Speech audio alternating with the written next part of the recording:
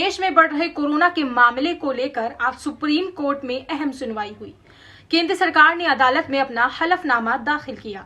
Supreme court ने भारत सरकार से कोरोना से निपटने के लिए नेशनल प्लान मांगा था, जिस पर आज सुनवाई की गई है। बता दें कि देश में बढ़ते संकट के बीच कोर्ट ने केंद्र सरकार से वैक्सीन की सप्लाई, ऑक्सीजन की सप्लाई और दवाइयों की सप्लाई जैसे तमाम विषयों पर प्लान मांगा था। सुप्रीम कोर्ट ने कहा कि कोरोना के चलते पैदा हुए राष्ट्रीय संकट के इस समय अदालत मूक दर्शक यानी कि मौन नहीं रह सकती। इस सुनवाई का मतलब हाईकोर्ट में चल रही सुनवाई को रोकना बिल्कुल भी नहीं है। हाईकोर्ट स्थानीय हालात को बेहतर समझ सकते हैं। कोर्ट ने कहा कि राष्ट्रीय मुद्दे पर हमारा दखल देना महत्वपूर्ण है। इसके साथ ही कोर्ट ने केंद्र सरकार से मेडिकल सुविधाएं, ऑक्सीजन सप्लाई और वैक्सीनेशन प्रोग्राम पर जानकारी मांगी है।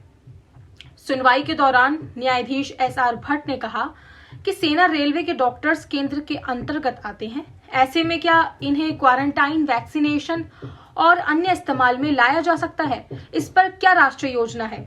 कोरोना के बढ़ते मामलों के बीच वैक्सीनेशन बहुत जरूरी है। वैक्सीन के दाम पर केंद्र क्या कर रहा है? अगर ये नेशनल इमरजेंसी नहीं है तो फिर क्या है? दरअसल अदालत में सुनवाई के दौरान राजस्थान और बंगाल की ओर से वैक्सीन के अलग अलग दाम पर आपत्ति जताई गई।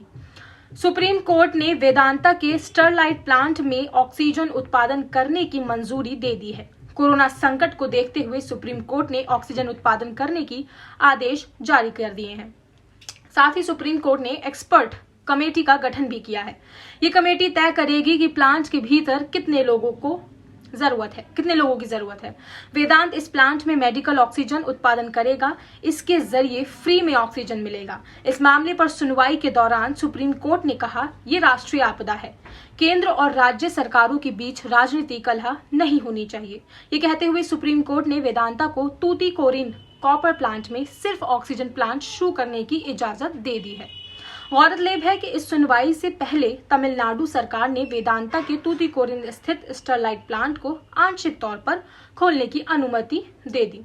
बता दें कि कोरोना को लेकर अस्पताल में ऑक्सीजन की भारी कमी है। Justice DY Chandrachud, justice L Nageswara और जस्टिस रविंद्र भट्ट की पीठ ने मामलों की सुनवाई की। जस्टिस चंद्रचूड़ ने वरिष्ठ वकील साल्वे से पूछा, आप संयंत्र को कब से शुरू कर सकते हैं? इस पर हरीश साल्वे ने कहा कि 10 दिन के अंदर ऑक्सीजन प्लांट शुरू कर दिया जाएगा। वहीं सॉलिसिटर जनरल तुषार मेहता ने भी कोर्ट के सामने केंद्र सरकार का पक्ष रखा। धन्यवाद।